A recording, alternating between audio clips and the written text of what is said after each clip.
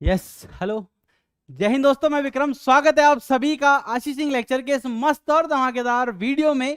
तो जैसा कि आप देख सकते हो, नए सेशन का आगाज हो चुका है और कक्षा 11 की क्लासेस जो है वो आज से आपकी स्टार्ट हो गई है। पहला टॉपिक जो है बड़ा ही धुआंधार, बड़ा ही मजेदार कंसेप्ट है, मतलब मजा आ जाएगा पढ़ते।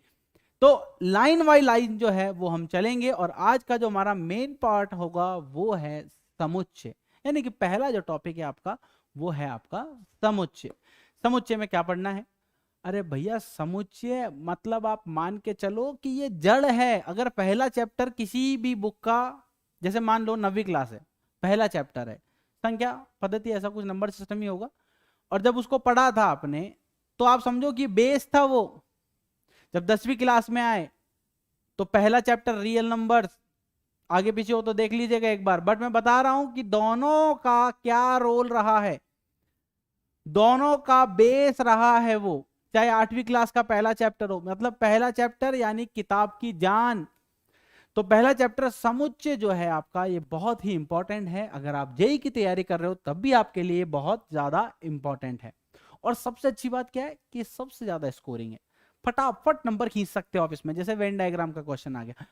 अब बात आती है कि समुच्चय चीज है क्या? बीमारी, कुछ नया चीज बताओ, क्या है इसमें ऐसा? समुच्चय में ऐसा क्या है कि हमें इसे पढ़ना चाहिए? और कौन थे वो जिन्होंने इसकी खोज करी? कुछ क्वेश्चंस ऐसे हैं जो आपके माइंड में आने ही आने चाहिए।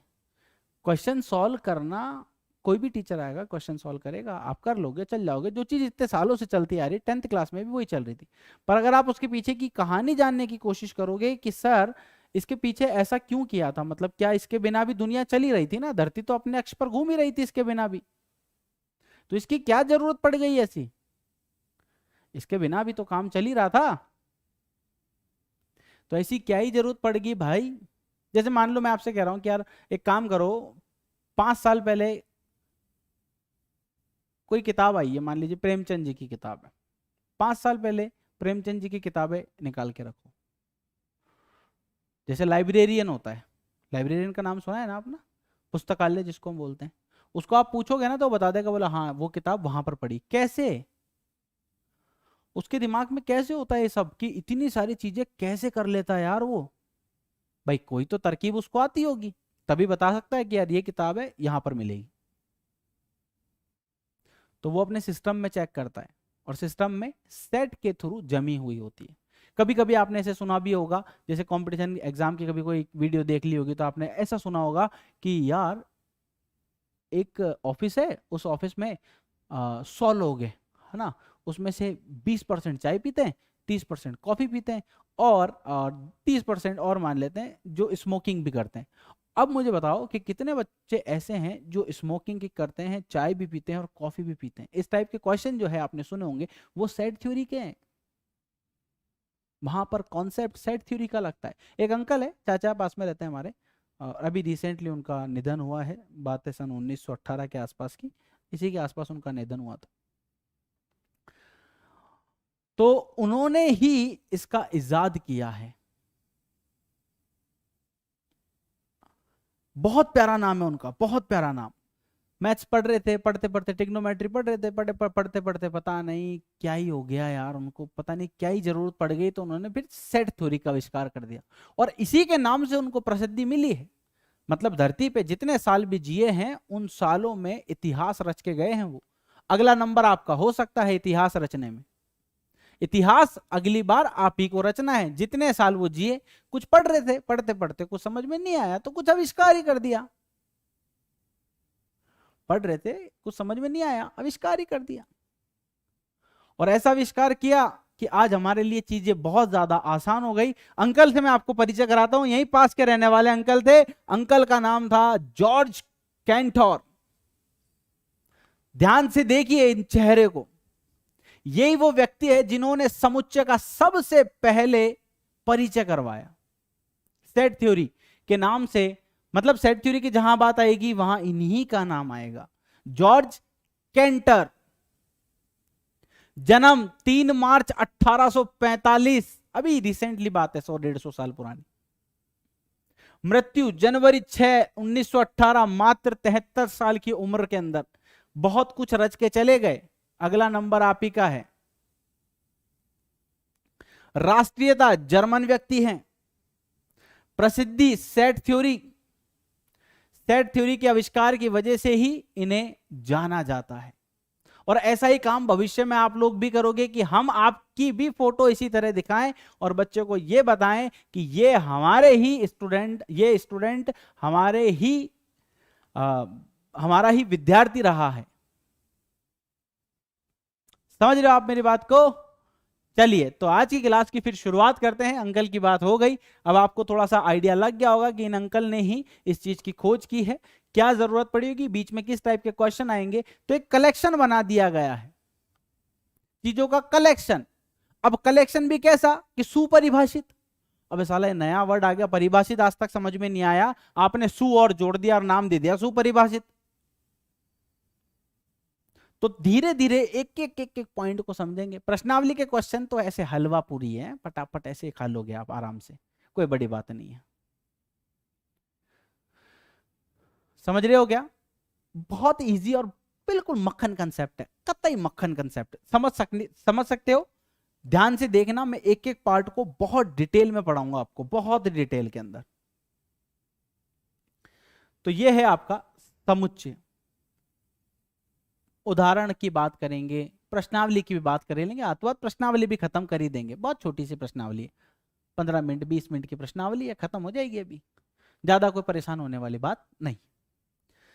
अगर हम बात करें कि यार समुच्चय नाम की बीमारी है क्या, चलिए तो इसको थोड़ा सा एक एक चीज से समझते हुए चलते हैं कि समुच्चय क्या है।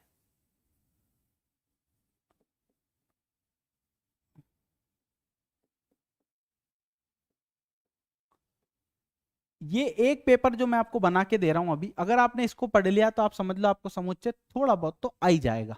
आपको कुछ आए चाहे नहीं आए, लेकिन ये तो आ ही जाएगा। समुच्चय क्या होता है? सुपरिभाषित वस्तुओं के संग्रह को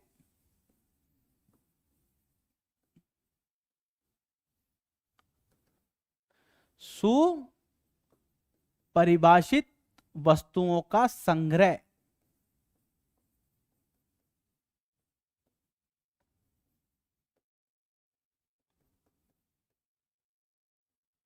अच्छा, अब बताओ ये सुपरिभाषित क्या होता है? सुपरिभाषित तो बोल दिया आपने फटाफट, अब इसके बारे में भी तो बता ही दो। हाँ तो बता देते हैं, सिंपल सी बात है, ध्यान रखना, जो सभी के लिए समान हो, सभी के लिए समान। मतलब ऐसा नहीं हो कि मेरे लिए वो चीज अलग है और आपके लिए वो चीज अलग है। सर एग्जाम्पल बताओ, समझ में नहीं आया। सर एग्जाम्पल बताओ, समझ में नहीं आया। एग्जाम्पल इसका समझना है तो प्राकृत संख्याओं का समुच्चय आप पढ़ोगे तो वहां पे लिखा होगा प्राकृत संख्याओं का समुच्चय, नया शब्द जोड़ दिया समुच्चय। क्या था कि संग्रह किसका? सुपरिभाषित। सुपरिभाषित मतलब जो आपके लिए और मेरे लिए दोनों के लिए समान हो। भाई आप क्या कह सकते हो कि भाई ए से शुरू होने वाले महीने जो आपके लिए वही मेरे लिए, ऐसा तो है ही नहीं कि मेरे लिए एक महीना ज्यादा होगा कोई। अप्रैल की बात कर लो, अगस्त की बात कर लो, आपके लिए मेरे लिए समान है। समझ रहे हो? बात क्लियर हो रही है आपको? जो आपके लिए और मेरे लिए समान है वही सुपरिभाषित है। जैसे आपकी क्लास के बच्चों का संग्रह, अरे भाई कक्षा 11 के जितने बच्चे हैं आपके लिए हैं, 50 बच्चे आपके लिए तो 50 ही मेरे लिए, अलग अलग थोड़ी है। समान, सुपरिभाषित, जो सभी के लिए समान हो। बात समझ में आई? एक एक चीज को पकड़ते हुए चलना ताकि आप लिंक कर सको चीजों को। जब हम जोड़ेंगे तो आपको बहुत इंटरेस्ट आने लगेगा, बहुत इंटरेस्टिंग लगेगा आपको। बोले यार ठीक है, एक एक चीजों को जोड़ते हुए चल रहे हैं। अच्छा तो अब इसको दर्शाते कैसे? अरे भैया बचपन से देखते आ रहे हैं ना, देखो याद दिलाता हूं थोड़ा सा। ऐसे ऐसे ऐसे ऐसे करो, ऐसे करने से ना याद आता है। आप कभी पढ़ना इसके बारे में, ऐसे ऐसे करते हो तो याद आता है ऐसे करने से। समझो, देखो हम इसे दर्शाते हैं, दर्शाना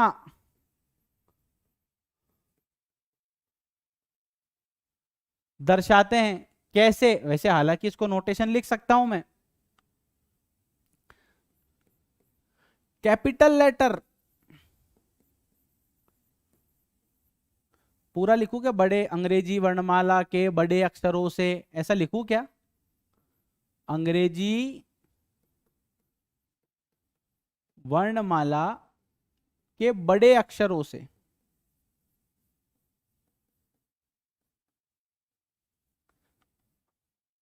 उदाहरण दो सर, समझ में नहीं आया, उदाहरण दो मुझे तो इसका, इसका उदाहरण ले ले चाचा।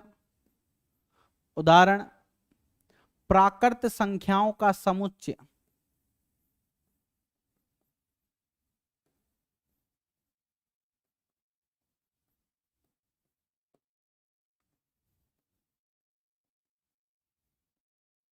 ऐसा बोलते हैं ना हम,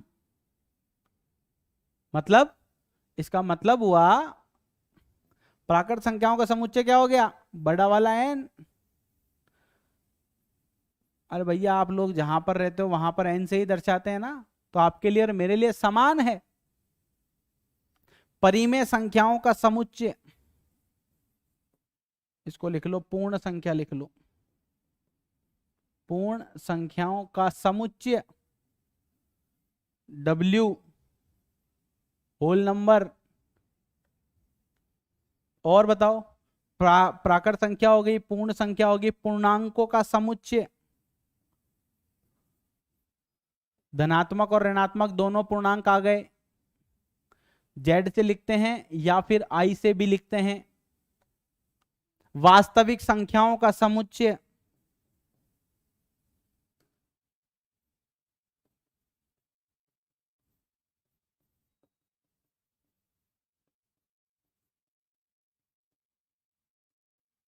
वास्तविक संख्याओं का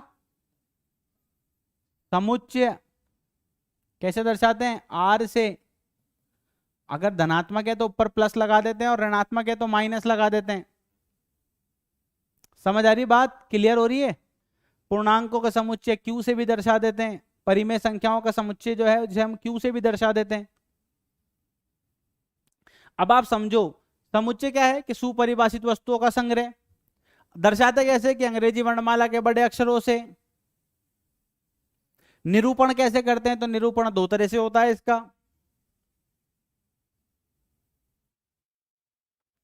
तो समुच्चय और उनका निरूपण, तो दो तरह से निरूपण होता है। पहला रोस्टर फॉर्म, रोस्ट करना।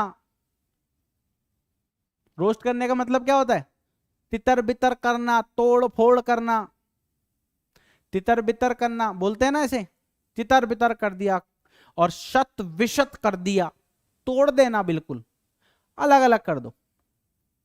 तो तीन बातें होती है रोस्टर फॉर्म में जो आपको बहुत अच्छे से ध्यान रखनी है। कौन कौन सी? कि भाई रोस्टर फॉर्म की अगर हम बात करें तो सबसे पहले हम इसको करली ब्रैकेट में लिखते हैं, इसका नाम है करली ब्रैकेट।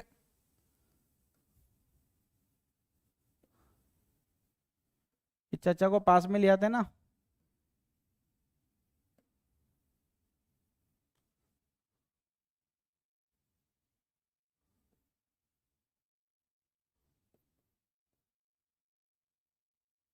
करली ब्रैकेट के अंदर हम लिखते हैं अवयव की पुनरावृत्ति नहीं होती है, ये पहला पॉइंट। दूसरा पॉइंट, अवयव की पुनरावृत्ति नहीं होती है, सिंपल सा लिख रहा हूं, पुनरावृत्ति।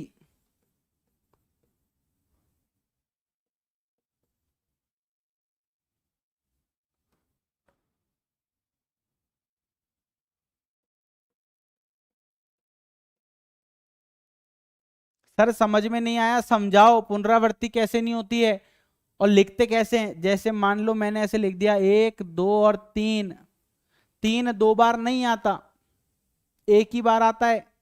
किसी भी अवयव को शत विशत कर दो, समझ रहे हो, किसी भी अवयव को शत विशत कर दो, तोड़ दो उसको, अलग अलग रोस्ट कर दो उसको। संख्या की बार बार रिपीटेशन नहीं होती है, कोई भी नंबर हो, ए हो गया, बी हो गया, एक ही बार आता है, वो बार बार नहीं आता। सर इसका एक और उदाहरण दे दो ना, रोस्टर फॉर्म समझ में आ जाएगा बहुत इजीली। अरे भैया प्राकृत संख्याओं का समुच्चय n लिखते हैं ना, तो ऐसा लिखते हैं n बराबर n बराबर 1 2 3 4 ऐसा लिखते हो ना, ये क्या है? ये वास्तव में है समुच्चय का पूरी तरह से दर्शाना। वास्तविक संख्याओं का समुच्चय ऐसा दर्शाया जाता है। इसमें करली ब्रैकेट आ गया, कैपिटल लेटर आ गया, संख्याएं आ गई, यानी कि संग्रह आ गया जो आपके लिए और मेरे लिए समान हो। ये दोनों बातें इसके अंदर आपके पास आ गई है। अब आपको ये समझ में आ गया होगा कि रोस्टर फॉर्म है, करली ब्रैकेट के अंदर आएगा, पुनरावृत्ति नहीं होती है, जैसे आपने ये देखा।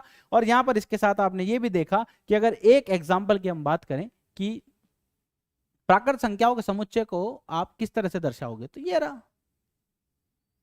एक आता है समुच्चय निर्माण रूप, घर बना दो, बिल्डिंग बना दो, महल बना दो, कोठी बना दो, वो सब क्या है? समुच्चय निर्माण रूप, यानी कि हम यहां पर समुच्चय का निर्माण करते हैं। थोड़ा सा ध्यान में आपका कुछ ऐसे मैथमेटिकल सिंबल है जिनकी तरफ ले जाना चाहूंगा। एक बार मैं आपको थोड़ा सा ये भी बता दूं, कुछ मैथमेटिकल सिंबल होते हैं जिनके बारे में मैं आपको थोड़ा सा बता दूं।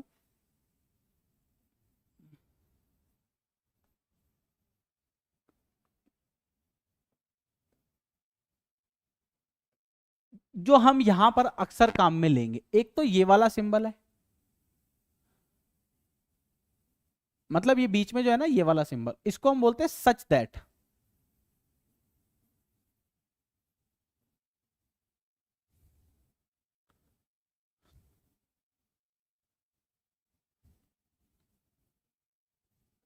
और एक सिंबल और है ये वाला, जो अभी काम में आएंगे। जैसे जैसे नए नए आपके पास सिंबल काम में आएंगे वैसे वैसे हम उनको बताते रहेंगे।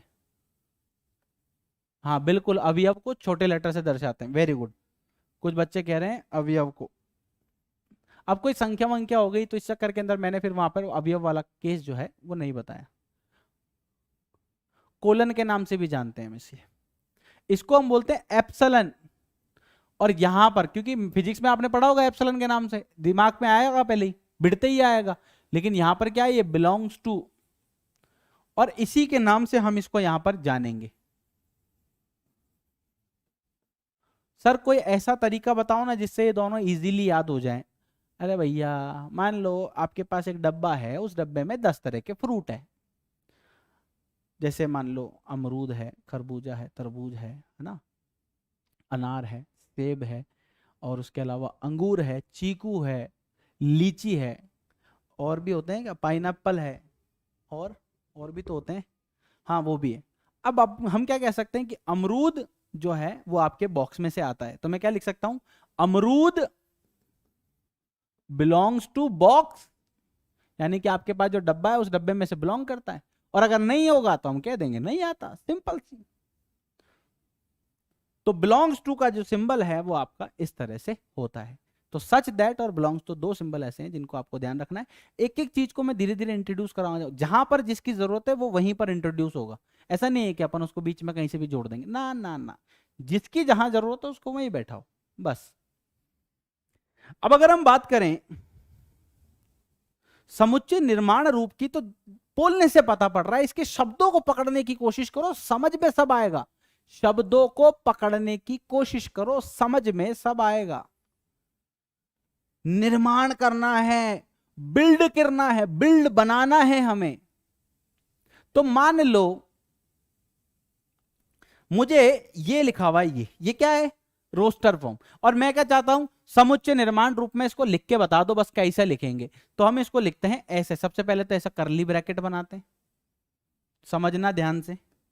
सबसे पहले हम ऐसे करली ब्रैकेट बनाते हैं और फिर यहां लिखते हैं x such that, x such that x बराबर एन। अब ये क्या बीमारी है, क्या लिख दिया ये, अरे भैया कुछ नहीं लिखा है, ये लिखा हुआ है एक्स सच दैट एक्स बराबर एन।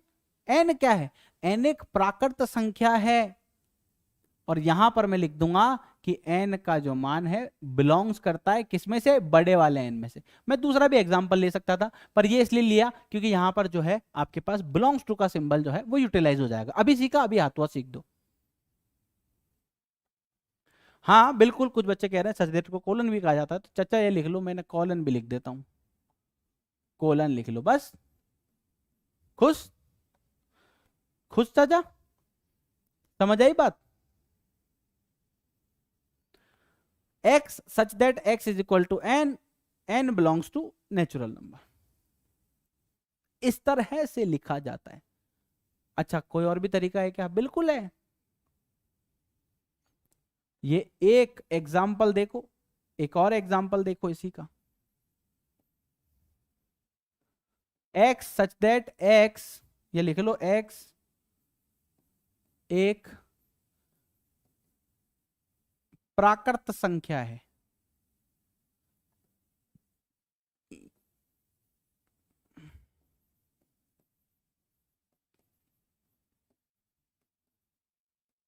प्राकृत, ये भी सेट बिल्डर फॉर्म है। क्यों? जब भी कॉलन लग जाए आप समझ जाओ सेट बिल्डर है। और बताओ, एक एग्जांपल और लो, x such that x equal to 3n, और यहां पर मैं कंडीशन डाल देता हूं कि भाई n जो है वो 1 से लेके 3 के बीच में आ रहा है। तो ये क्या हो गया? ये सेट बिल्डर फॉर्म होगी। x such that x is equal to 3n, यानी कि n जो है, n का मान जो है वो 1 से लेके 3 तक आ रहा है। और इसी का रोस्टर रूप जब लिखेंगे तो ये बन जाएगा 3 और फिर 6 और फिर 9, क्योंकि n का मान आप 1 ले सकते हो, 2 ले सकते हो और 3 ले सकते हो। समझ आया क्या? हेलो, समझ आया आपको?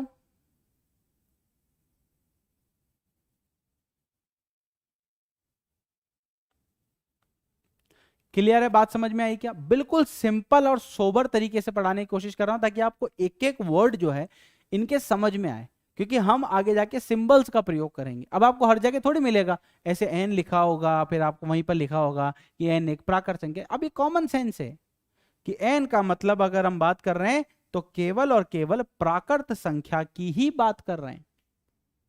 दो बातें समझ में आई? क्या क्या? पहली बात ये समझ में आई कि भैया समुच्चय जो है वो एक सुपरिभाषित वस्तुओं का संग्रह होता है। फिर दूसरी बात ये समझ में आई कि इसे हम कैपिटल लेटर से दर्शाते हैं। फिर हमें समझ में आया कि इसका निरूपण जो है वो इस तरह से किया जाता है, या तो रोस्टर फॉर्म में करेंगे या सेट बिल्डर फॉर्म में करेंगे। अगर रोस्टर फॉर्म में करेंगे तो करली ब्रैकेट में आएगा, पुनरावृत्ति अवयवों की नहीं होती। इसमें आप चाहो तो ऐसा लिख लो, यहां लिख लेना, अवयवों की पुनरावृत्ति नहीं होती।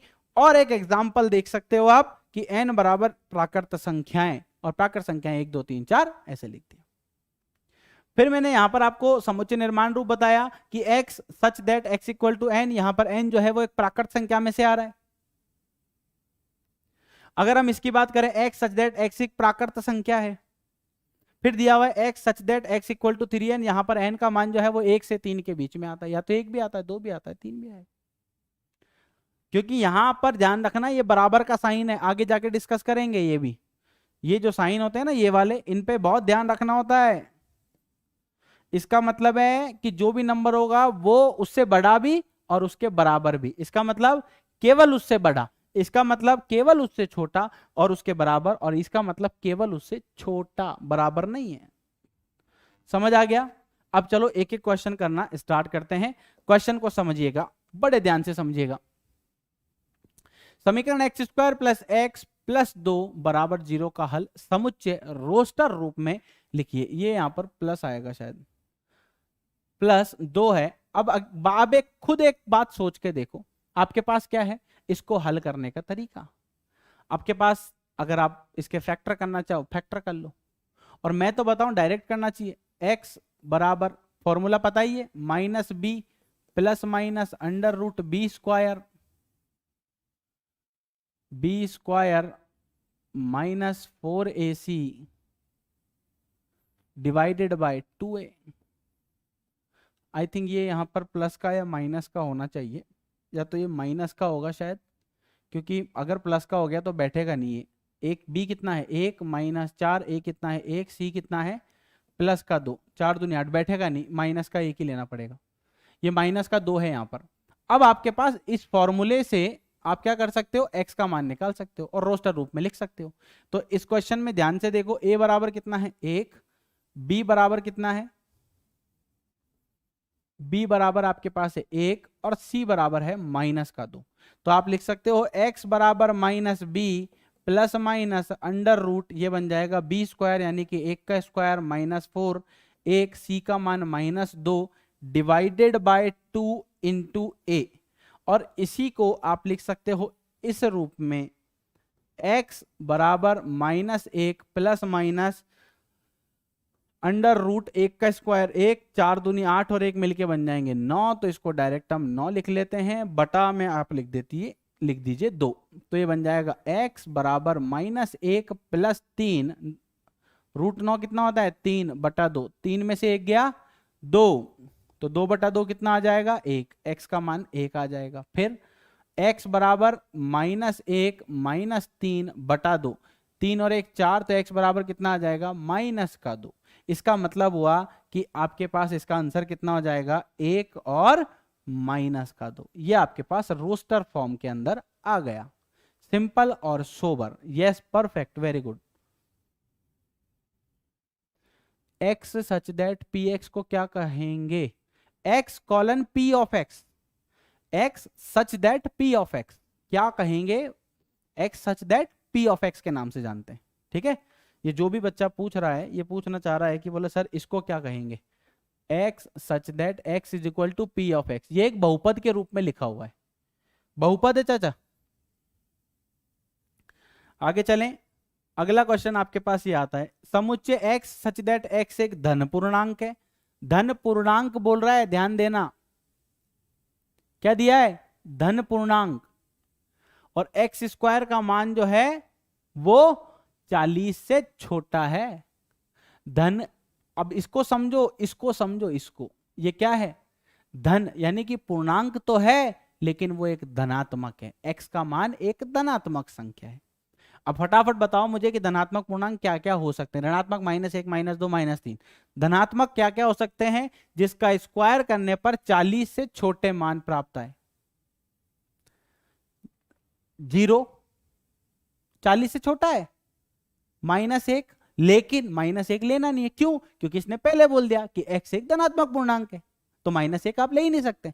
हाँ, हालांकि -1 का स्क्वायर करने पर आपको 40 से छोटा मिलेगा, -1 का अगर मैं स्क्वायर करता हूं तो 40 से छोटा मिलेगा, पर -1 एक धन पूर्णांक नहीं है, जबकि इसने कहा है कि वो एक धन पूर्णांक होना चाहिए। तो आप क्या कहोगे कि सर यहां पर जो नंबर हो सकते हैं x के लिए क्या क्या नंबर हो सकते हैं, कौन से रोस्टर रूप की बात कर रहा है ना, तो आप लिख दो कि भैया सबसे पहले मैं 0 ले सकता हूं, 0 को अगर धन पूर्णांक में काउंट करें तो, और अगर 1 लेना चाहूं तो 1 ले सकता हूं, 1 का स्क्वायर 40 से छोटा होता है, 2 का स्क्वायर 40 से छोटा, 3 का स्क्वायर 40 से छोटा, स्क्वायर मतलब 9, इसी को इसी से गुणा कर दो, 4 का स्क्वायर 16 यानी कि ये भी छोटा होता है, 5 भी छोटा होता है, 6 छोटा नहीं होता, 6 भी छोटा होता है, सॉरी 6 भी छोटा होता है, 7 छोटा नहीं होता, 7 इससे बड़ा ही होता है। समझ रहे हो? अब यहां पर दो केस बनते हैं, 0 को धन पूर्णांक में काउंट करें या ना करें। समझ रहे हो आप बात को? एक एक पार्ट को बहुत अच्छे से डिटेल में समझो।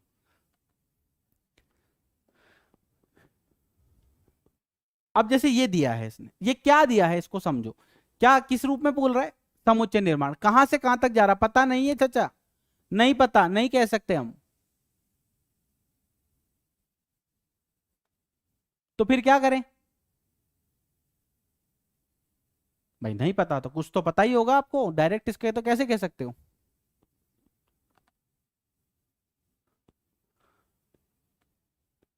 एक बच्चा कह रहा है 0 जो है ना, 0 आपके पास, क्योंकि इसने पूर्णांक कहा है और 0 पूर्णांक में आता है,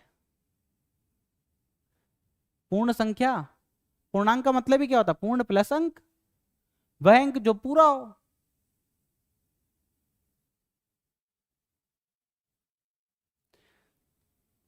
पूर्णांक में आपके पास देखो अलग अलग बुक में ना अलग अलग तरीके से लिखा होता है, किसी में 0 इंक्लूड भी किया होता है, किसी के अंदर 0, क्योंकि इसमें नेगेटिव तो है ही नहीं। समझ रहे हो क्या भाई? दो ही केस बन सकते हैं। आप ये एक बार चेक कर लीजिएगा कि आपकी बुक में जो है, क्योंकि ये एक तरह से अपवाद ही कह सकते हो आप इसको, अपवाद की श्रेणी में ही है ये।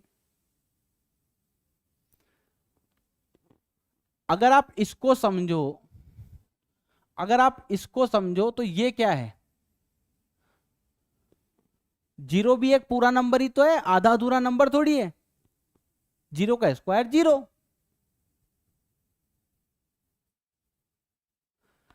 और अगर आप ये लिखते हो तो जीरो को में भी इसके आगे ना ऐसा स्टार बना लो, आपको ध्यान रहेगा, एक बार स्टार बना लो। अगर मैं किसी क्वेश्चन के आगे स्टार बना रहा हूं या किसी भी पॉइंट के आगे स्टार बना रहा हूं तो उसकी कंडीशंस अलग अलग होंगी, उसको काउंट भी कर सकते हैं। और ये चचा अभी आए क्या क्लास में? ये कह रहे हैं एक बार और बता दीजिए। बहुत बढ़िया साहब। और एक से पांच नहीं, छह होगा, छह का स्क्वायर 36 होता है, 40 से छोटा ही होता है भाई। समझ रहे हो क्या? हाँ परफेक्ट। तो समुच्चय निर्माण की यहां पर बात करें, लेकिन इन नंबरों को ध्यान से देखो तो यार, एक फिर चार फिर 9 फिर 16 फिर 25 फिर 36 फिर 49 और फिर उसके बाद आ जाएगा 64 फिर 81। ये तो अरे अरे तो स्क्वायर जैसा कुछ दिख रहा है। तो फिर क्यों ना इसको ऐसा लिख दें कि ए जो है आपके पास यहां पर ऐसा ले लेते हैं कि x सच दैट x बराबर n का स्क्वायर, और n जो है वो बिलोंग्स कर रहा है नेचुरल नंबर में से। समझ रहे हो बात? n जो है ये क्या है, अब आप समझो, चलो इसको ऊपर वाले को थोड़ी देर के लिए भूल जाओ, ठीक है? इसको समझते हैं। n मैंने एक प्राकृत संख्या ली है, अभी जो आपने सीखा है केवल उसी को अप्लाई करना सिखा रहा हूं। समझ रहे हो? अभी जो मैंने आपको जो भी नंबर आपको बता रहा हूं उनका आप उसको समझने की कोशिश करो, जो भी पोर्शन मैं आपको बता रहा हूं उस पोर्शन को लिंक करने की कोशिश करो, ठीक है? मेन पार्ट वो है, फिर आपको अच्छे से क्लियर होगी एक एक चीज। अब जैसे आपने यहां पर है ना एक उठाया, एन क्या है, प्राकृत संख्या में से आ रहा है, तो एन को एक लिया और एक का स्क्वायर किया तो एक आया, दो का स्क्वायर करेंगे तो चार आ जाएगा, तीन का करेंगे तो 9 आ जाएगा। अरे ये तो इस टाइप का ही कुछ दिख रहा है, तो इसका मतलब है कि नंबर्स का स्क्वायर हो रहा है, पर कौन से नंबर? तो उन नंबर को हमने नेचुरल नंबर ले लिया। अगर ये यहां पर जीरो भी होता तो हम यहां लिखते एन बिलोंग्स टू डब्ल्यू, होता तो यही, लेकिन ये बन जाता एन डब्ल्यू में से आ रहा है। और डब्ल्यू क्या है? डब्ल्यू एक पूर्ण संख्या है, पूर्ण संख्याओं का समुच्चय है। बात समझ आ रही है क्या? हेलो? और n जो है वो एक संख्या को निरूपित करता है। n क्या है? n एक संख्या को निरूपित करता है। n एक भी हो सकता है, दो भी हो सकता है, तीन भी हो सकता है। समझ आ रही बात? चीजों को लिंक करो। आगे देखो, अभी जगह आपको वैसे ज्यादा दिख रही होगी बट जनरली इतनी ही होगी, क्वेश्चन इतना ही सॉल्व करना है। समुच्चय a बराबर इतना है, ये तो सेम है आपके पास। अब ये नंबर है, अब देखने में कैसा लग रहा है? नंबर देखो, 1/2 ऐसे बोल के देखो, फिर आपको चीजें समझ में आएंगी। आप बोलोगे ना तो आपका दिमाग जो है, जो लॉजिकल पार्ट है आपका, वो कहीं ना कहीं काम करना शुरू कर देगा। सोच के देखोगे तो 1/2, 2/3, 3/4, 4/5, 5/6, 6/7। अरे यार सर, ये नंबर तो कहीं ना कहीं लिंक कर रहे हैं, पर कहां लिंक कर रहे हैं ये नहीं मैं समझ पा रहा हूं। कोई बात नहीं, इधर देखो, नहीं समझ में आ रहा है इधर देखो। आप इसको ना ऐसे देखो, ऐसे, ये एक नंबर है, इसको अपन मान लेते हैं n, थोड़ी देर के लिए मान लो n। और ये जो नीचे वाला नंबर है ये इसमें एक जोड़ने से आ रहा है, तो इसको लिख दो n+1। अब मान लो मैंने n की जगह एक रखा, तो पहली वाली संख्या बन रही है क्या? अरे सर बन तो रही है। अगर मैं n बराबर 2 रख रहा हूं तो 2 रखने पर भी बन रही है सर, ये वाला नंबर बन रहा है ना। और अगर मैं 3 रख रहा हूं तो 3 रखने पर भी 3/4 तो बन रहा है। इसका मतलब ये वो मशीन है जो इस टाइप के नंबर बना रही है। हम क्या कर रहे हैं, मशीन बना रहे हैं। ये क्या है, सब नंबर अवयव हैं। तो आप लिख दो x such that x is equal to n/n+1। अरे सर एक बात बताओ, तो n को कहां तक ले हम।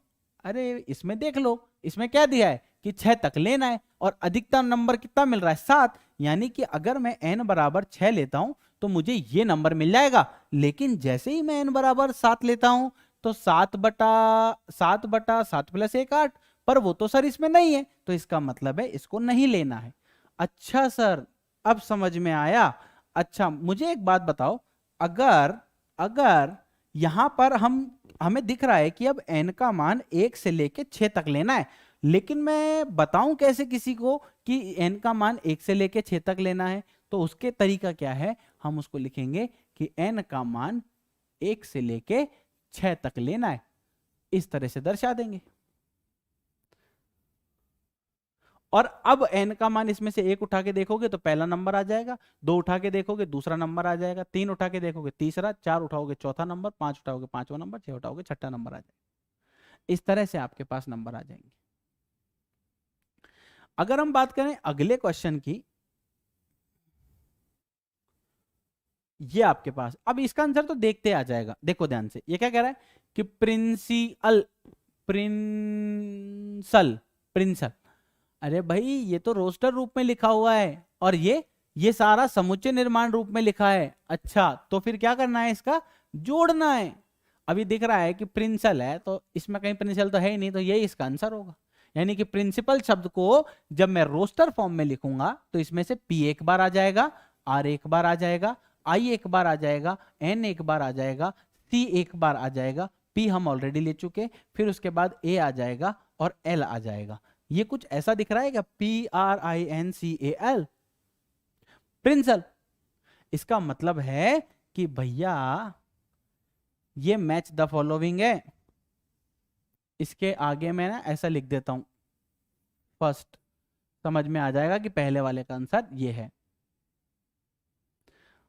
दूसरा वाला है दे रखा है 0। अरे भाई 0 इसका तो केस बनेगा ही नहीं। इसका 3 दिख रहा है, इसका 1 से 1 कट जाएगा, x का मान 0 आ जाएगा, इसका मतलब यहां आ जाएगा सेकंड। तीसरा क्या है, 1 2 3 6 9 18। ऊपर वाला क्या दिख रहा है कि 18 का भाजक, 18 में 1 का भाग जाता है, 2 का जाता है, 3 का जाता है, 4 का नहीं जाएगा, 6 का जाएगा, फिर उसके बाद 6 के बाद 9 का चल जाएगा और फिर उसके बाद 18 का चल जाएगा। तो इसका मतलब ये हुआ कि भैया 1 2 का आंसर ये रहा और तीसरे वाले का आंसर ये रहा, और बचा हुआ चौथा तो फिर यही आएगा, क्योंकि -3 और +3 इसको हल करने पर ही प्राप्त हो रहा है। बात समझ आ रही है क्या? परफेक्ट, वेरी गुड, बहुत ही बढ़िया, बहुत ही बढ़िया, बहुत ही बढ़िया।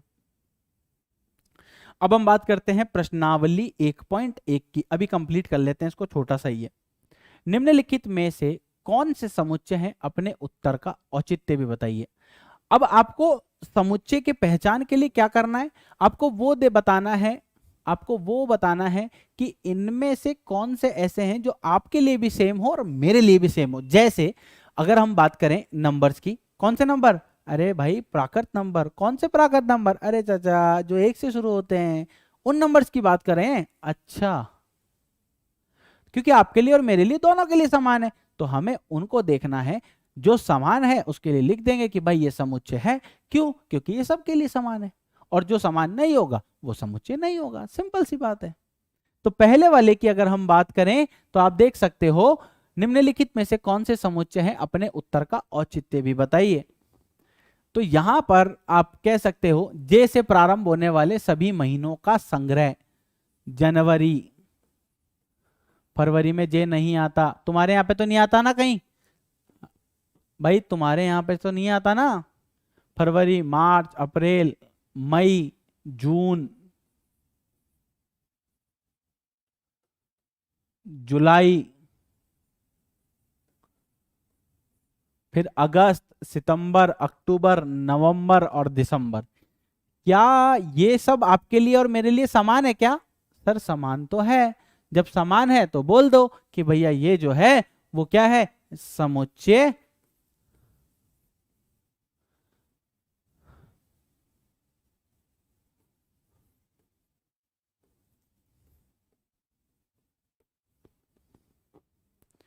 परिभाषित है। ये क्या है, परिभाषित, सभी के लिए परिभाषित है। भारत के 10 सबसे अधिक प्रतिभाशाली लेखकों का संग्रह आपके लिए और मेरे लिए समान होने चाहिए, तब मैं कहूंगा कि वो आपके लिए क्या होगा, संग्रह है। बाकी मतलब आपके लिए और मेरे लिए जो है वो समुच्चय होना चाहिए। जल्दी से बताओ फटाफट।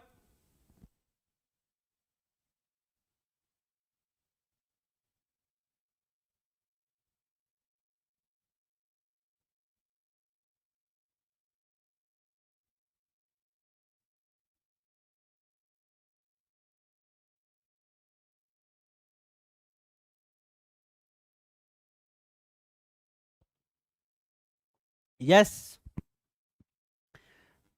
बहुत बढ़िया। अब भारत के 10 सबसे अधिक प्रतिभाशाली लेखकों का संग्रह, आप क्या कहोगे? अरे भैया आपके लिए अलग हो सकते हैं, आपको मुंशी प्रेमचंद पसंद हो, मेरे को नहीं है। मतलब हम दोनों की पसंद अलग अलग है, और जब पसंद अलग अलग होती है तो वह समुच्चय नहीं होता, क्योंकि सुपरिभाषित नहीं है। समझ रहे हो, सुपरिभाषित नहीं है, तो आप क्या कहोगे कि ये समुच्चय नहीं है।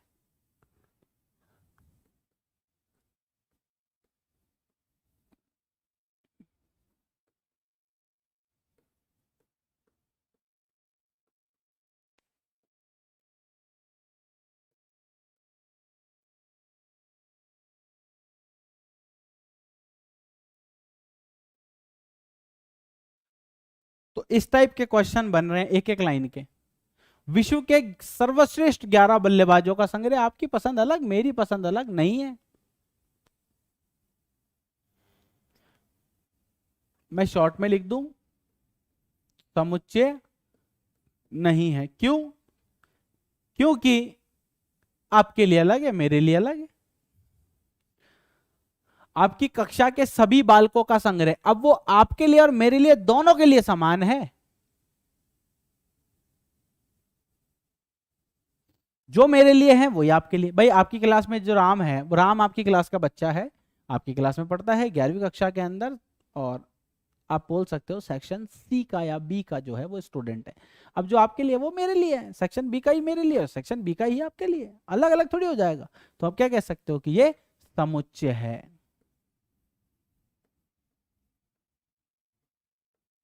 कारण क्या है? क्योंकि सुपरिभाषित है। ये जरूर लिखना ना। 100 से कम सभी प्राकृत संख्याओं का समुच्चय है, ये है, ये नहीं है, और ये भी नहीं है। खत्म। कारण मैंने आपको बता दिया, लेखक प्रेमचंद द्वारा लिखित उपन्यासों का संग्रह। अब यहां पर आदमी का नाम आ गया है। अब जब किसी आदमी की कृति का नाम आता है तो आप क्या कहोगे? अब क्योंकि इसने बता दिया कि भैया ये स्पेसिफिक है, स्पेसिफिक अलग चीज को दर्शा रहा है, और जब अलग चीज को दर्शाता है तो इसका मतलब, जल्दी से बताओ कि छठे वाले का जो है वो समुच्चय होगा या नहीं होगा। ये एक बच्चे ने पता नहीं कौन सी भाषा में लिखा है, और नाम भी खतरनाक लगा रखा है इसने, अंबानी।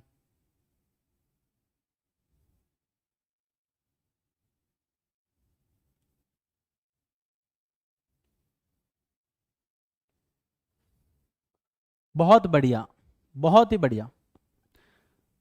समुच्चय है, क्यों? क्योंकि परिभाषित है। लिख जरूर ले देना, है ना। सभी पूर्णांकों का संग्रह समुच्चय है। इस अध्याय में आने वाले आपके लिए मेरे लिए समान है, समुच्चय है। विश्व के सबसे अधिक खतरनाक जानवरों का संग्रह। अब देखो भाई, ये क्वेश्चन जो है वो लड़के लड़कियों दोनों पर अप्लाई होता है।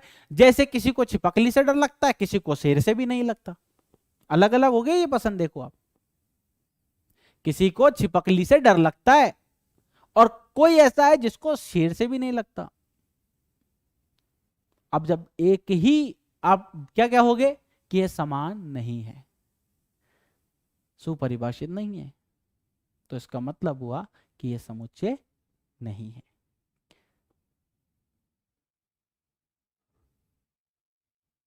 देखो आप जो भी आंसर लिख रहे हो ना,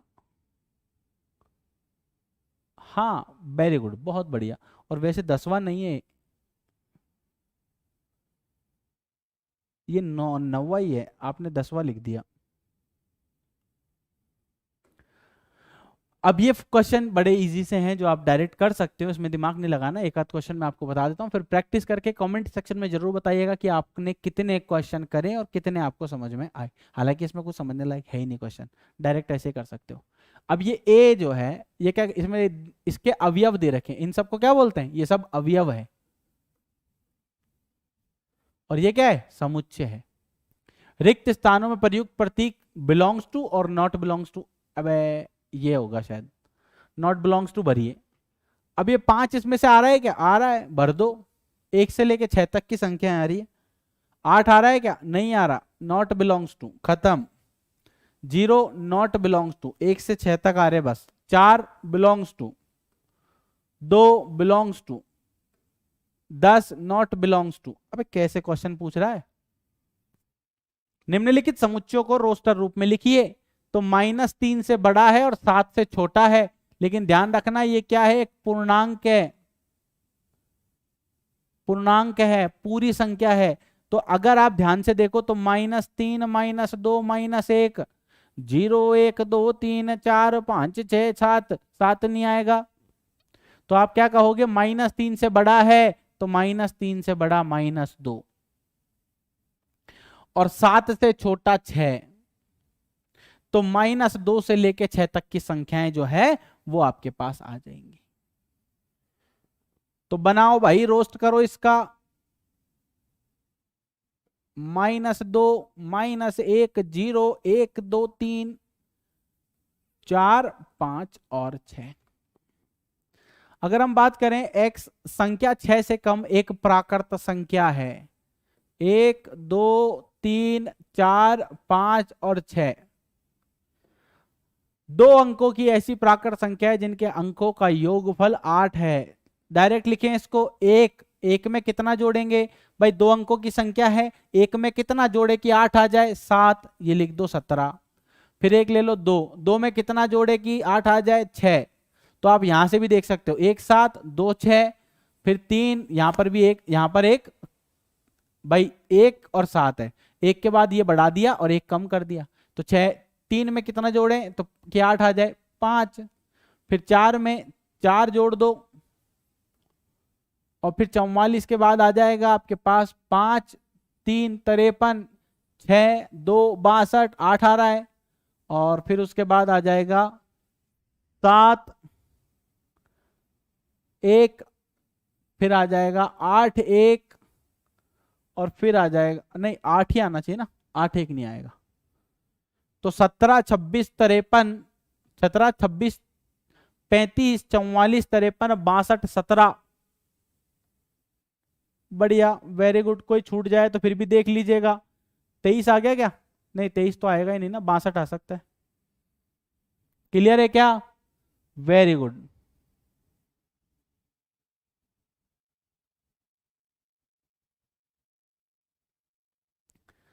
x एक अभाज्य संख्या है जो 60 की भाजक है। x एक अभाज्य संख्या, अब आधो को तो यही नहीं पता होगा कि अभाज्य क्या होता है।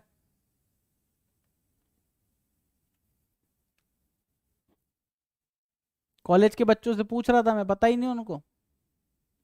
यहां पर भी होंगे एक आध तो ऐसे खतरनाक जीव जिनसे आपको और मुझे दोनों को डरना चाहिए, नहीं पता होता उनको। ऐसी संख्याएं जिनके एग्जैक्टली 2 गुणनखंडों, एग्जैक्टली 2 गुणनखंड, केवल 2 गुणनखंड, ऐसी संख्याएं जिनके केवल दो गुणनखंड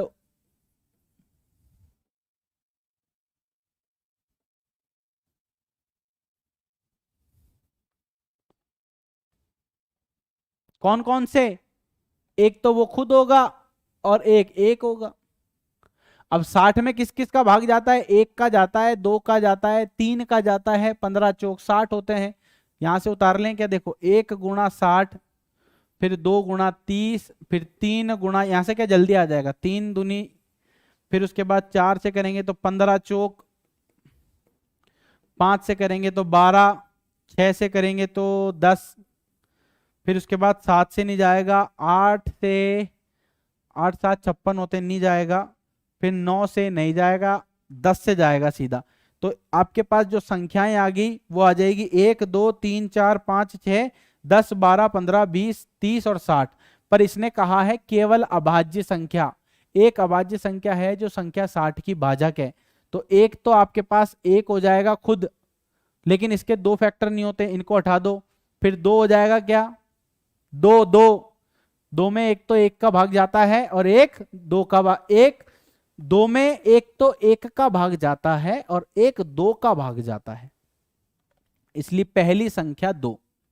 3 एक का और 3 का जाता है, फिर उसके बाद 4 में एक का भी जाता है, दो का भी जाता है, 4 का खुद का जाता है, यानी कि 3 संख्या हो गई। 5 एक का भी जाता है और 5 का जाता है, फिर जरूरत नहीं है जाने की। फिर अगर आप देखो तो 6 में 2 से ज्यादा ही फैक्टर है, 10 के 2 से ज्यादा फैक्टर है, 12 के हो चाहे 15 के, 20 के, 30 के और 60 के, सबके 2 से ज्यादा फैक्टर है। तो इसका मतलब हुआ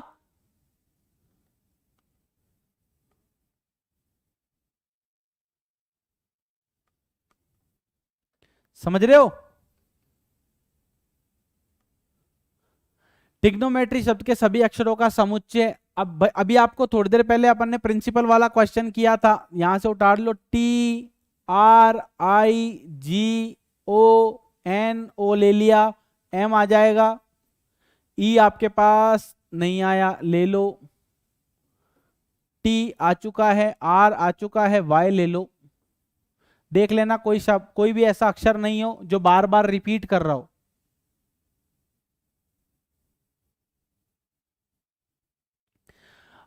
बेटर शब्द के अक्षरों का समुच्चय। अब आप देख सकते हो ये एक जैसे क्वेश्चन है, इनमें कोई ज्यादा दिमाग लगाने की जरूरत नहीं पड़नी चाहिए।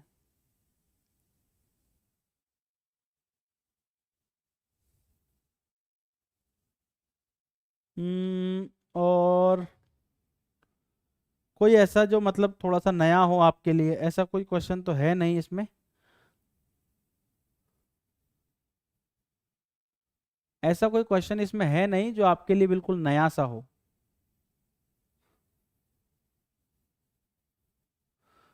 ये देख लोगे, समुच्चय निर्माण रूप में व्यक्त करना है तो क्या दिख रहा है, ये यहां पर ये आएगा, x:x = 3n, n का मान जो है वो एक ले लो, ज्यादा से ज्यादा 4 आएगा, 3 चौक 12 होते हैं ना, हाँ 4 आ सकता है, खत्म। इस टाइप के क्वेश्चन है जो अब आपको करने। क्लियर? तो आप क्वेश्चंस को एक बार वापस देख लीजिएगा, किसी क्वेश्चन में डाउट हो तो बता दीजिएगा, ताकि नेक्स्ट क्लास के अंदर मैं पहले उन क्वेश्चंस को सॉल्व करा सकूं। और नेक्स्ट